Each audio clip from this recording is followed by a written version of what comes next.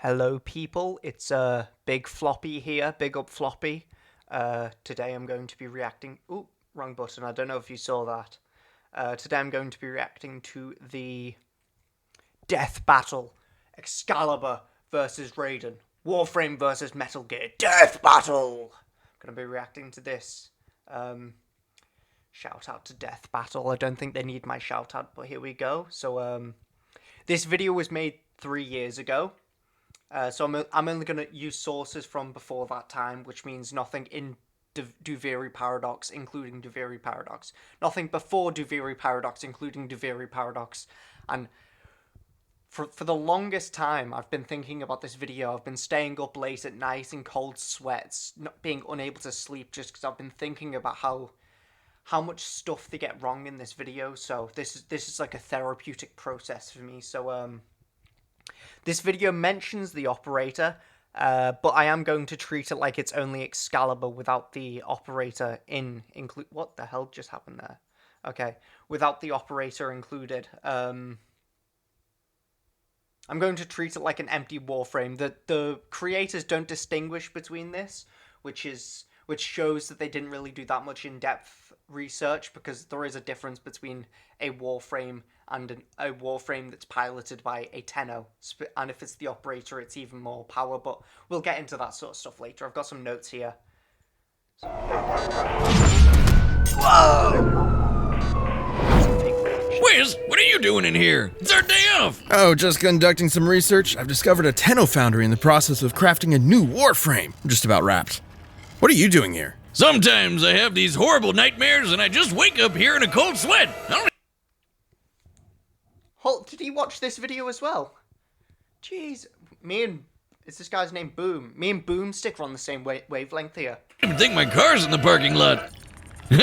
but what you're doing sounds way more interesting, so tell me, what Warframe's your favorite? Oh, a scientist doesn't play favorites. Oh, bullshit. Our job is the equivalent of banging action figures together. You've gotta have a favorite. Fine, if I had to pick, I'd go with the very first Warframe ever created, the death-dealing techno-organic ninja Excalibur. Okay, first off, Excalibur was not the first Warframe.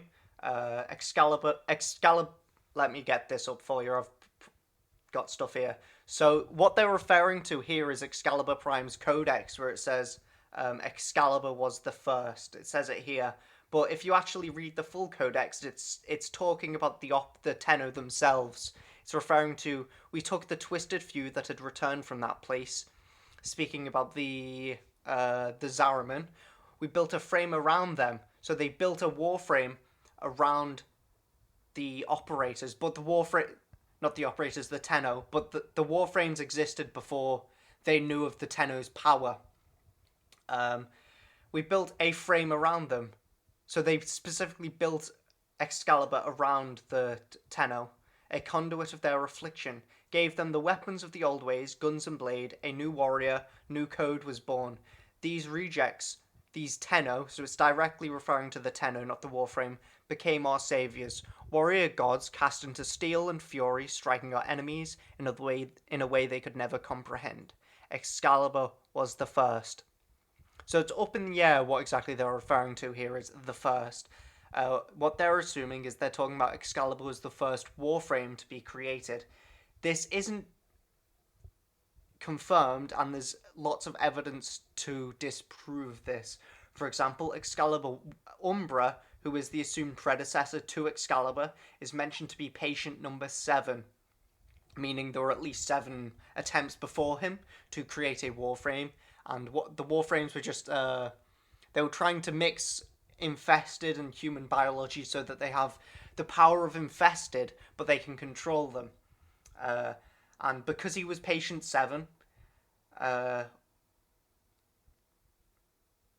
Umbra was successful, Ballas never displays any lack of confidence in Umbra's success, implying that probably at least patient 6 was successful.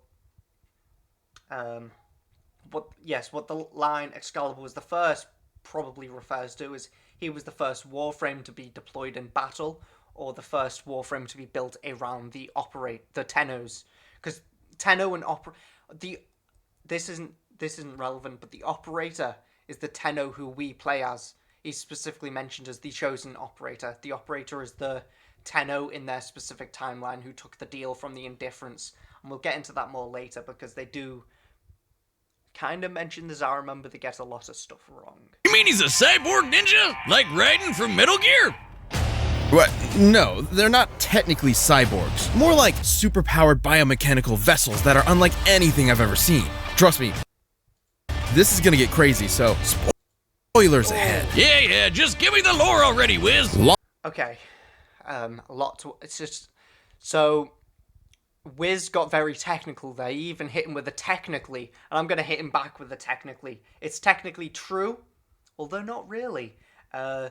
Most of the Warframes we play as in-game, including this Excalibur that they're presumably using, is a copy of the original Warframe. How Warframes function is that they were subsumed into a hive mind called the Helminth. Think of the Helminth like a third impact in Evangelion. So what that is it's like it's a soup of all the consciousness on Earth. They get put into one where they all simultaneously exist together, and there's no distinction between them. What the Tenno do is they separate the Warframe from the Helminth hive mind. They separate it from the soup. So they pull the Warframe's consciousness out into the body of the copy Warframe. The information I'm about to say comes from post Duviri, so they wouldn't know it, but the stuff I said previously, they would have known, or if they did proper in-depth research, they would have known. So, how the void that the operator controls has the capacity to embody concepts into real life. This is where the Warframe's powers come from. So the Tenno child embodies the consciousness of the Warframe's spirit into abilities which they utilize. So Rhino, I believe he's one of the only Warframes who we know before the Tenno get into him. He was just running around causing damage. He wasn't using like roar and time stop and all that stuff. This is also how the subsume ability works in game. In the lore, there's no reason why the Tenno can't use any Warframe's ability, because the Tenno child is capable of embodying any Warframe or any Warframe's abilities as long as they are inside of a Warframe and have knowledge of the Warframe. So I'm going to look through... This data's been on screen for a while here, but I'm going to go through it. Height, 183, 6 feet. I don't know if that's true. Age, centuries old, but biologically a teenager. This is just straight factually wrong. Excalibur is not biologically a teenager. Excalibur is... Depending... The original Excalibur was a human. The one we play as in-game's a copy of that human. What they're doing by saying a teenager is they're referring to the Tenno child that's controlling Excalibur. So they are treating Excalibur and the child as the same entity, which I don't believe they should have done for this, because they're fighting against Raiden. That, including the Tenno child, just be complete overkill, since currently they scale to like outer-versal levels of strength, but right now they were, I believe, universal, because in the New War quest, they do collapse universes into themselves. But the Warframes themselves are like planet level. They're like continental to planet level. Recently we have gotten there's a trailer for a quest where it shows Warframes blowing up a planet, but they wouldn't have had this at the time. Going through... Same entity, but that isn't the case. Warframes are capable of... Yes, Warframes are capable of acting on their own, as shown in Rhino's lore. So if we go to Rhino's lore here, we see that he's running, he's sprinting across. So he's just destroying an Orokin ship. And I believe we'll get down to... I believe I've gone through this, and Yes, Rhino, I forgot to say this, but Rhino was the first Tenno to get transferred into. So, if we go down to the bottom, Big Fat Promotion. The reason he's saying this is because they just discovered that the operators are capable of transference. Yes. The Warframes were playing as copies of the original. Their species is human. They're not Tenno. Tenno is the faction that they belong to. So neither the Tenno nor the Warframe species is Tenno.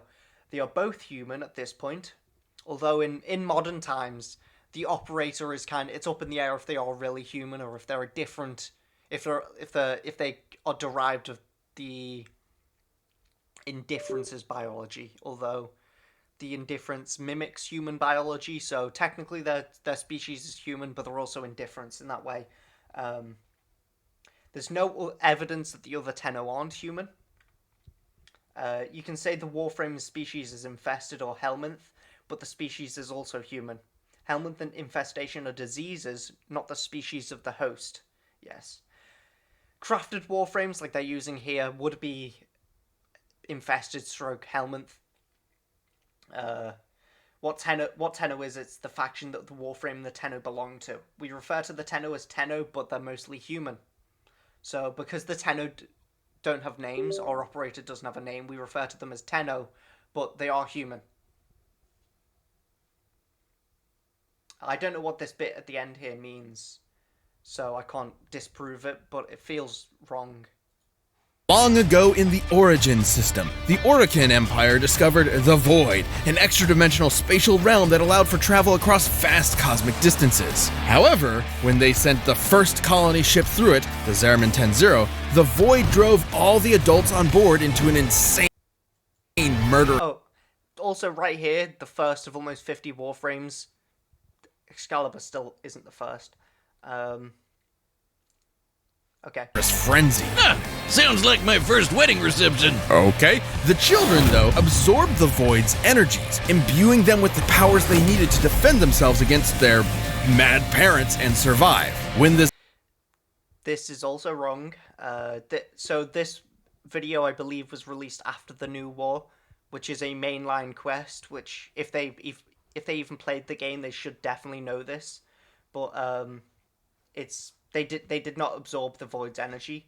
They were given Void powers by an entity called the Indifference. He made a deal with the Tenno that he would save them from being trapped in the Void in exchange for them destroying the Orokin. The powers that they received came from the Indifference wanting them to destroy the Orokin. The powers didn't come from the operators, and just I believe it's this video. No, it's this one. I'm just gonna play this. Hey, lose your light? Here, you can take mine.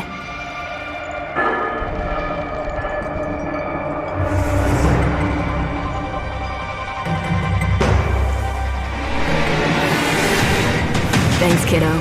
I think I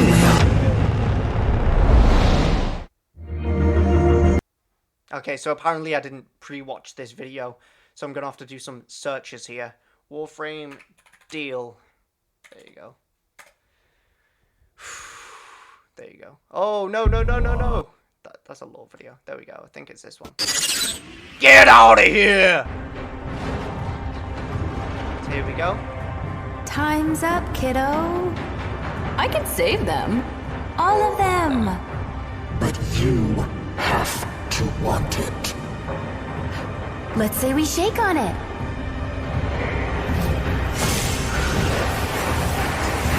So something to note, this is the Lotus's hand that this person's handing out to them.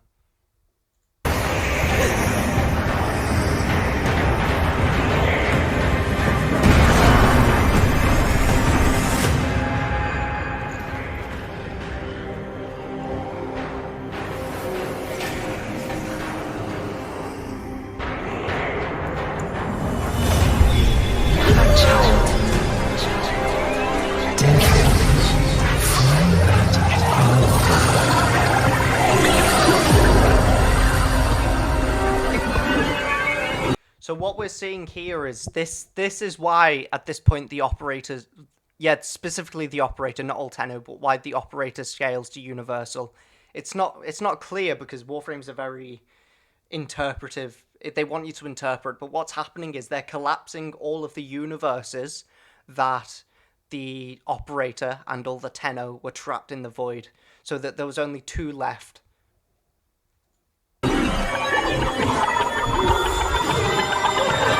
That's why it's saying devils from the other hell. All the other operators and Tennos, that they're being collapsed. Two of one possibilities. And what we see here is, this is the operator who we play as, giving the same deal to their future selves. So this is why they scale to universal, because it's explicitly our operator giving the deal to their future self, which collapsed infinite universes. And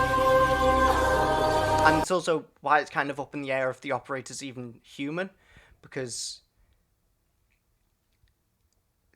Albrecht says that he doesn't know if it was him or the other who escaped that hell. I believe that's what he says.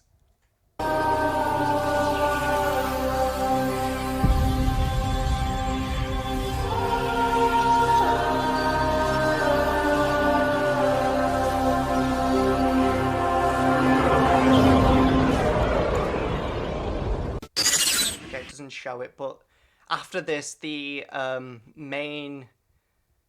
Drifter, who is the future version of ourselves, he gets the operator's powers. So the operator gives their own powers to someone else through a deal, the same as the Indifference does. Okay, let's go back to you. Zariman 10-0 emerged from the void, the children were permanently changed. They had become the Tenno. Well, I'm sure Most of them were still human. They didn't become the Tenno. They're called the Tenno because the Zariman 10-0. They're saying they come from the Zariman. those traumatized little whippers It's like a slur, kinda. snappers received only the best of care. If only! Instead, the Tenno were taught to use their void powers to control Warframes through a process called transference. But their abilities were so powerful that the Orokin grew to fear the Tenno and tried to have them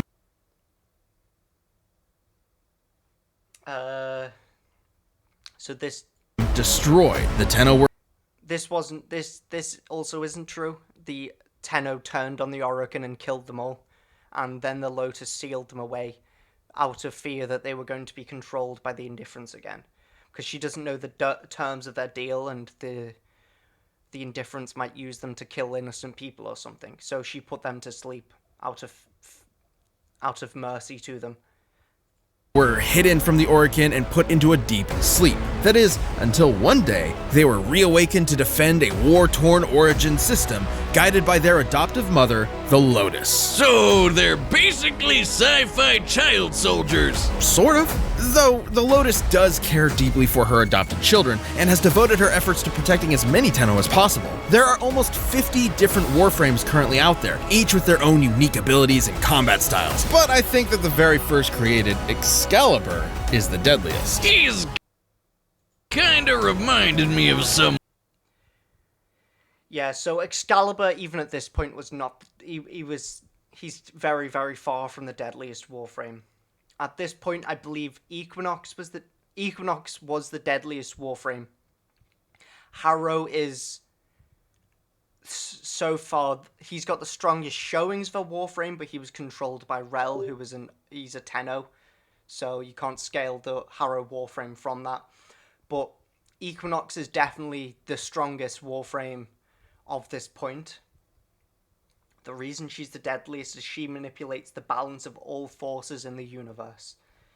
It doesn't sound that strong until you realize she manipulates them on a causal level. So she's able to change the properties of all things in the universe, including the oxygen inside of your lungs. She can alter the properties of the atoms of the oxygen inside your lungs to say that it's sharp and slices you into pieces. That's why she's the deadliest. She can literally say that the semen inside your balls is now knives, and then you've got nothing. Your balls explode into a white shower of hell. A master swordsman with his razor-sharp skana, Excalibur is an expert at racking up quick kills faster than the eye can track. He's unmatched in skill and precision with a blade, It's not matched. It's not stated that he's unmatched. All Warframes with the 10-0 presumably have the same strength and ability to use weapons, although I can concede that he's probably the best with a sword of all the Warframes without a 10-0. And then getting into this, so they're going to get more into the abilities here.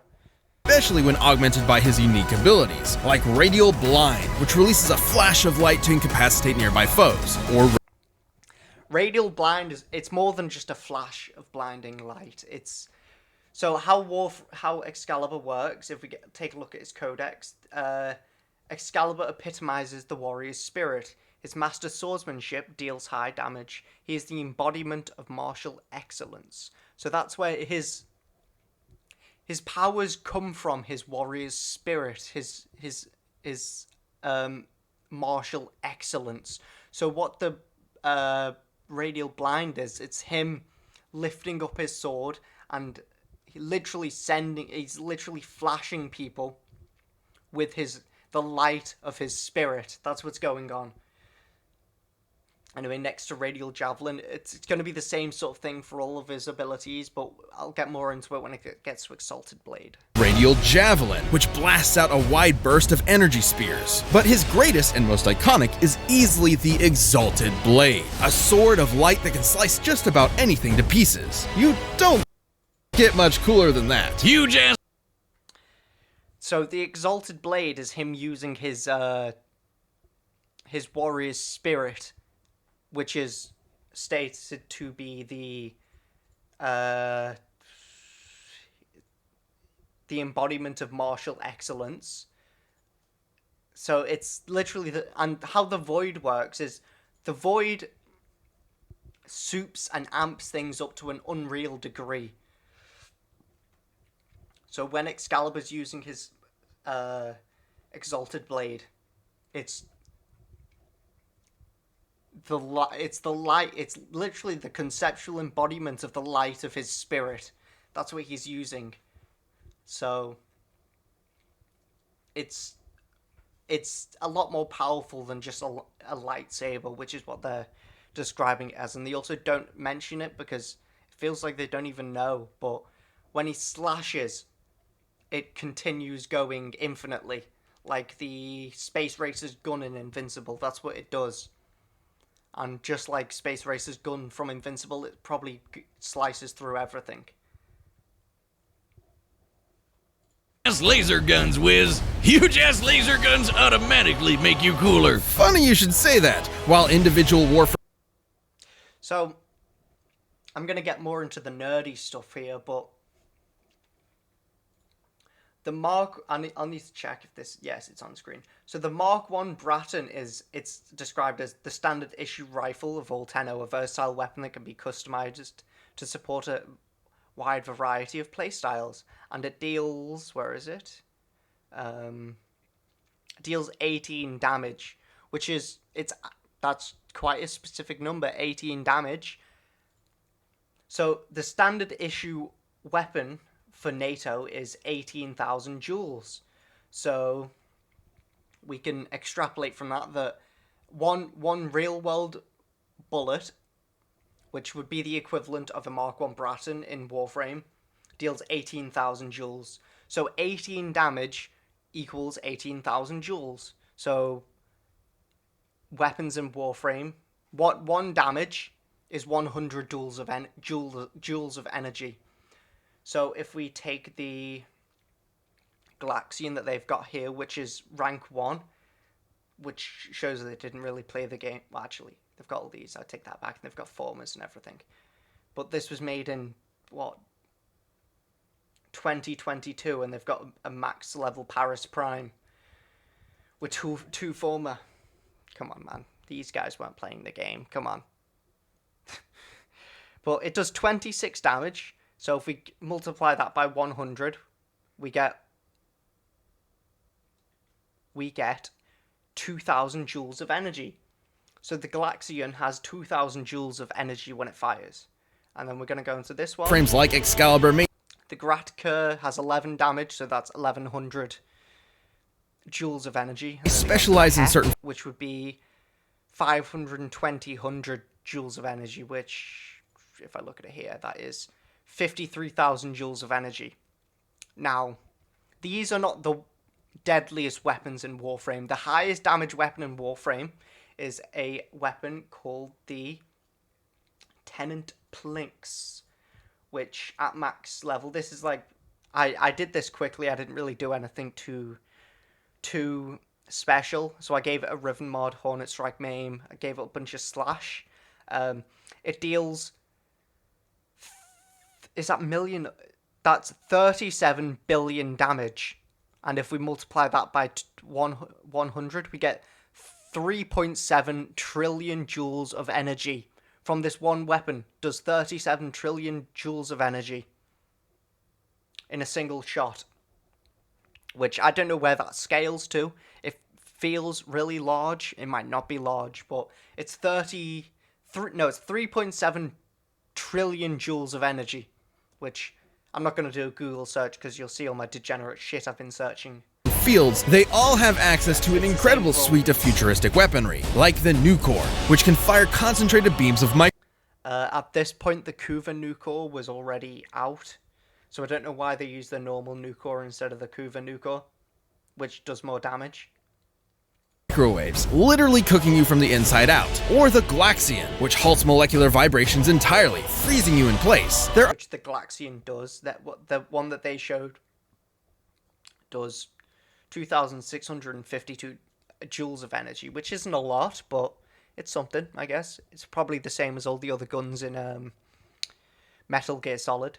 Slightly more, possibly. There are guns that fire radioactive plasma, toxic barbs, or even acidic needles. He has, and I'm not exaggerating here, over 500 different named weapons.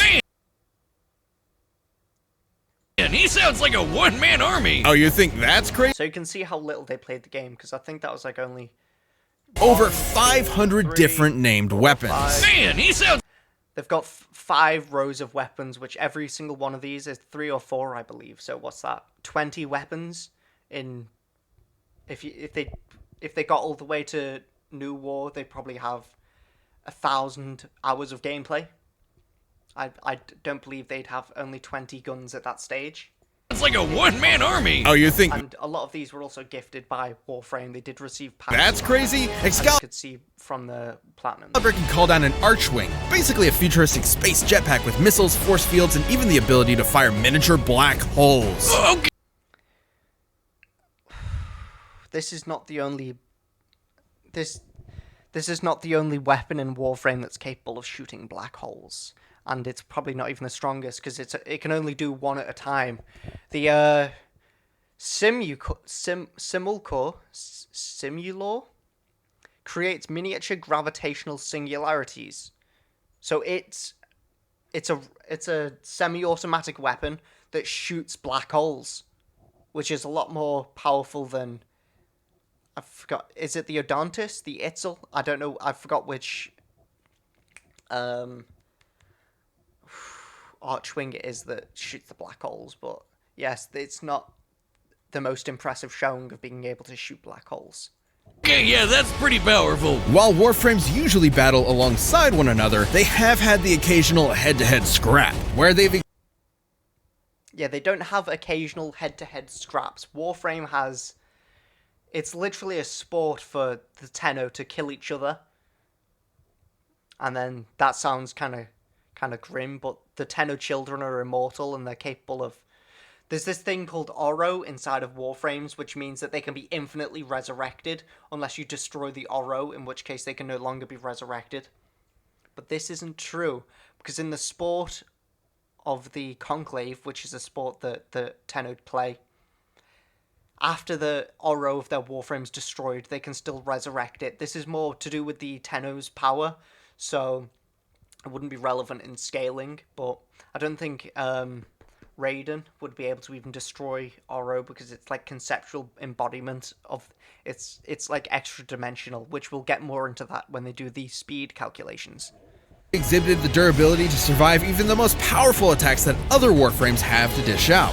For example, blasts of concentrated antimatter from the Warframe Nova. Sounds pretty unstoppable, but I think I have someone in mind that might put that to the test. Okay, do you really want to talk about Raiden? Is that what this is? Come on, Wiz, child soldier. Alright, I'm gonna skip Raiden's bit because it's not really relevant. The Excalibur obliterates him, and even in their lowball estimations that they were doing here, it completely obliterates him. But Raiden would definitely kick Excalibur's ass. You've got to be joking. Maybe I didn't sell it well enough with my spiel, but Warframes like Excalibur are unbelievably powerful, on a whole other level from cyborg ninjas like Raiden. Oh yeah? We're in the lab, we've got the research done. Prove it. Okay, the Mursama is impressive, sure, but Excalibur's futuristic arsenal is hundreds of years more advanced and leagues more varied. Raiden would just be overwhelmed. Excalibur may win in quantity, Wiz, but quality is what matters most. And considering his weapons are mostly made of metal, it won't be any trouble for Raiden to melt right through. I don't really see how Raiden would melt a black hole, but you know. With the Murasama, especially with how crazy fast he is. Raiden can run up Also, there are infested weapons, but walls and breakdance with leggy mooing robots attached to his feet. He can slice bullets out of the air and even boost his reactions with blade mode, where the entire world slows down to a near stop. Well, sure, Metal Gear characters like Revolver Ocelot can shoot bolts of electricity out of the air with regular pistols, which is probably around hundreds of times faster than sound. I guess that counts as fast. Oh please, that's nothing! Raiden can increase his perception to the point that raindrops around him aren't even moving. That might not seem as crazy at first glance, but he's also able to swing his sword dozens of times, while time is almost stopped. By my calculations, that'd be about 11% the speed of light. Oh, is this happening? Is this actually happening? You want a calc off, big guy? Then let's go. Excalibur can literally block a beam of light with his sword. Judging by the distance it moved relative to how far the light beam traveled, Excalibur had to have been swinging at 9% the speed of light. this is not a light beam that he deflects. Excalibur can literally See, if we want block to, a the beam's already been shot at this point. It's probably about beam halfway, of light with. and Excalibur reacts to that. Let's go. So Excalibur even if this was a beam of light, it's already been fired once Excalibur is able to react. can literally. This is not a beam of light. This is what's called the void. So the void is a extra dimensional. I'm going to call it a dimension. That's technically not what it is. It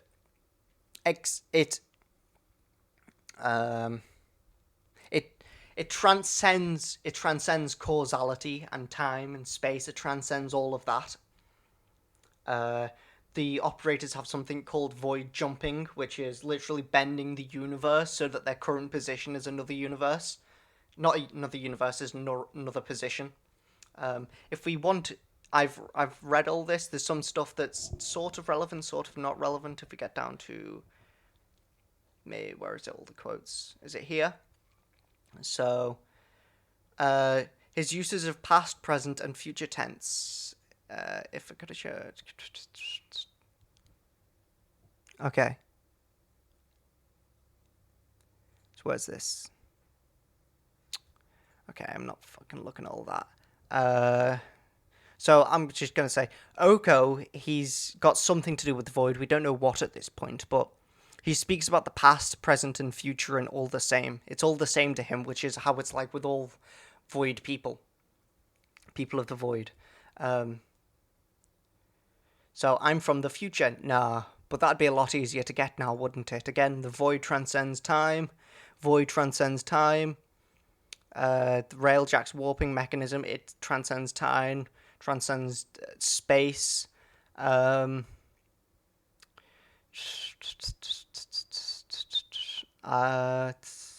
would isolate themselves. See, here it is. When intrepid explorers returned from the void, they would isolate themselves in vaults until they realigned with causality. The void energy that's being shot here Literally block a beam is not, it's not a beam of light, it's unconcentrated void energy, which is infinitely stronger than like a blaster shot from than a blaster shot from something like Star Wars. And just to prove this, we have dialogue from a character inside of the void, and listen to how he describes it. With the shred of wit that remained, I decided that I should run for my life. At once, crazed and frantic, I fled. But I made no forward progress. Instead, the world compressed ever more around me, as though I were an anchor pulling the shore to reach. When I arrived at the door, or rather, the door arrived at me, I howled, hurling myself inside, out, and then... So, you see what I'm saying? He says that space ever more compressed around him, and instead of him getting to the door arrived at him, which, that's immeasurable speed right there. Because the void transcends time and space itself. There's no way to measure the distance that you're traveling. It's literally time and space are irrelevant concepts when you're dealing with the void. So this beam right now that's being shot potentially could have happened in the space of infinity. Literally an exponential infinite lack of time happened between this moment of light with and his this moment. sword. Let's get Judging more by into it. Yeah. the distance it moved relative to how far the light beam traveled, Excalibur had to have been swinging at 9% the speed of light. Calc King dethroned! Look at me! I'm the math boy now! Look, speed is only part of the picture. Another Warframe, Atlas, was strong enough to smash apart a giant asteroid. So, again, I'm treating this like the Excalibur Warframe versus Raiden, but they're treating it like the Excalibur and Tenno versus Raiden, which you can't use Atlas's feat of destroying the asteroid to scale Excalibur and the Tenno, because Atlas did that without a Tenno, without an operator. He did that by himself. Oh my god, I sounded so retarded then. He did that by himself. And my voice cracked. What the hell's going on? I've lost my train of thought now. Yes. So, when the operator is inside of the Warframe's power increases exponentially because the Warframe's going off the operator's void power instead of the residual void power in the universe that comes from the Tenno's heart. Not the Tenno's heart. The Tenno heart is another thing. It's a structure inside of Deimos that pumps the void into the origin system. That's what they're living off. They're literally, the Warframes are using 0.000 infinitely recurring 1% of the operator's power when they use the Warframe's abilities by themselves. It's only when the Tenno's piloting them that they can truly unleash all their power. So Atlas destroying the asteroid, Inaros covering the entire surface of Mars, all of this stuff that's them doing it without a Tenno. That's them. And this is the same for the new update that's coming out, where Osiris destroys a planet just by fighting his brother. And both of them are base level Warframes. They're not Tenno controlled Warframes, as far as we know so far. Now, Excalibur may not be one-punching asteroids, but he's proven more than capable of wiping out the Tenno and the Warframes are presumably all the same strength level. Even if you argue that Atlas has abilities that make him stronger, the Helminth ensures that it's not really relevant because any Warframe can use any other Warframe's abilities. out entire platoons of elite soldiers. But remember, Wiz, you said it yourself. Robot Kryptonite. All old Jack needs is one good swing of that Murasama, and Excalibur's getting sliced to pieces. You really think your Warframe can take on a pure-blooded killer like Raiden? Oh, you really think your cyborg ninja can take on a ghost soldier from the future? Well, I guess we'll never know. Don't need to watch the fight. We already know Excalibur decimates him. Back. Oh, infinite ammo, Wiz! He had infinite ammo! Sure, and yes, that is 100% indisputably canon, but there was a lot more going on here that eventually gave Excalibur the win. I guess so. Both were super skilled swordsmen and ninja, and their speeds were almost even, so the fight was ultimately gonna... Yeah, their speeds are not even. Not in the slightest. come down to whose tech was better. Okay, whose tech was better? And I've gotta say, it looks like Excalibur just had a lot more to pull from. Warframes have access to an absolutely absurd amount of varied weapons. Despite Raiden's unique armaments, they were never going to stack up in sheer quantity. There are specific guns like Galaxian, which can halt molecular movement, a direct counter to Raiden's high-frequency blade. While Excalibur may not always be carrying it, every Warframe is proficient with each of their over 500 weapons. One blast of that, and Raiden might as well be working with a regular slab of steel.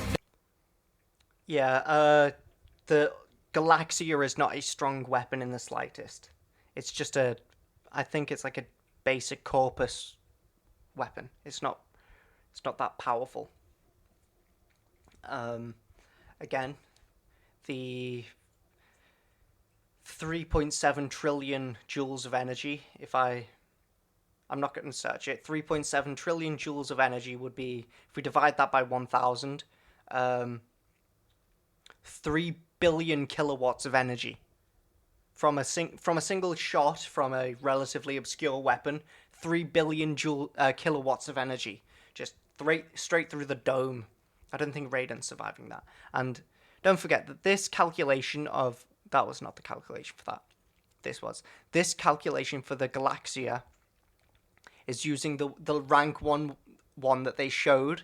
I didn't add any mods to that. I didn't rank it up. So max rank Galaxia is a lot stronger than the rank 1.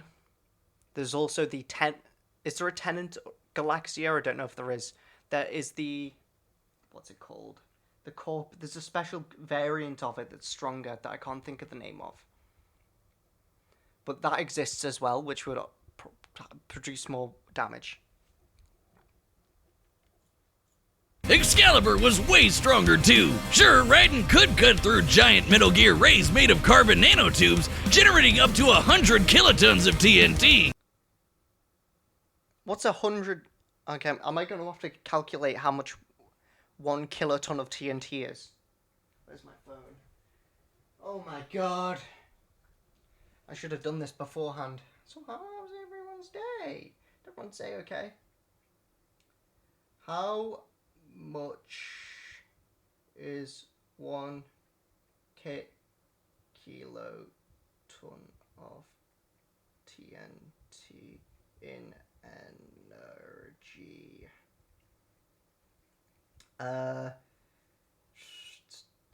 10 to the 12 joules. Okay. Is that actually... So that's 100 times that. So that would be 10 to the 14 joules. Which... Oh my god. Is it less? Okay. It's 10 to the 6, actually. Yes, okay. Is that true? I'm kind of confused. I don't know scientific notation. I'm going to assume it's 10 to the 6 because it feels wrong for it to be that much. So if we multiply 10 to the 6 by 100, we get 10 to the 8, which, you know, that is a lot stronger than 10 to the 8 joules of energy. That is 1,000 times... No. That's 10,000 times stronger. but not as much as Excalibur. Another Warframe, Atlas, was strong enough to smash apart a giant asteroid, meaning it would have to be at least 6 kilometers across, just like the asteroid that wiped out the dinosaurs. Now, Atlas did not completely halt its kinetic energy. By exploiting fissures within the asteroid, he was able to pulverize it to dust.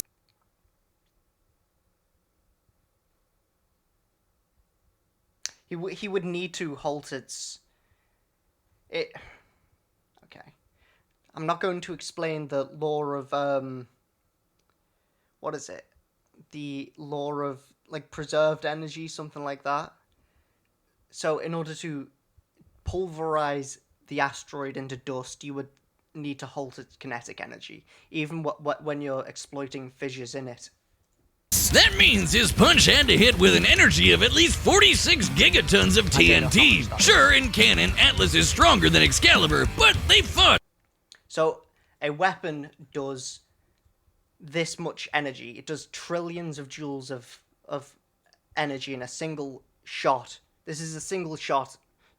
So long range, you could just shoot Raiden in the head and have it over with. And this is a pretty basic build. It isn't, like, completely super maxed out. I didn't spend too much time making this. And defeated similar enemies, so Excalibur would naturally have to be somewhere in Atlas's ballpark. Even if Excalibur only possessed 1% of Atlas's strength, he'd still be nearly 4,000 times stronger than Raiden. That's pretty consistent with the energy output of Nova's antimatter blast too. Warframes are just that tough. Furthermore, even with Okay, I'm gonna have to turn my phone off, don't drain its energy. So, again, Warframe 10.0 are a lot stronger than just the Warframe. the high-frequency blade's unique vibrating ability, it cannot cut through everything. Raiden's original blade actually shattered against Armstrong's super hard skin, and required the stronger Murasama to finish the job. Against a foe vastly more durable than anyone Raiden's ever faced, it's unlikely the Murasama would score a kill in time. Even if Raiden got enough hits in to break Excalibur's shields and eventually land a fatal blow, the Tenno operator piloting would still survive unharmed. Raiden put up a valiant Yeah, so at the end, they kind of throw everything out. They specifically mentioned that they were using the Tenno operator, which would be complete overkill. That would be, I believe, as of currently, this is the biggest gap in power of any characters on Death Battle. Even he's not a Decepticon. What's his name? Something. The planet that the Transformers live on, and Galactus. It's even stronger than that. That's just to give it into perspective.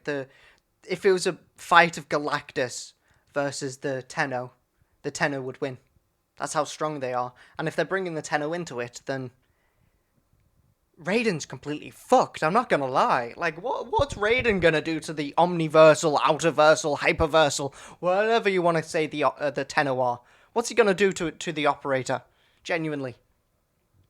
I think Raiden's only hope is that the Tenno, the operator, pities him and offers him a deal. I believe that's the only way he can possibly win. effort, but Excalibur's absurd arsenal, impressive durability, and raw power put an end to the silver-haired swordsman. Excalibur had the metal and the gear to make Jack R.I.P. The winner is Excalibur! So anyway, thank you very much for watching, you know. Smash likes, smash subscribe. You know, see ya. Oh my god, I missed the button there. If you're still here, comment Foogle Woogle 69. Bye.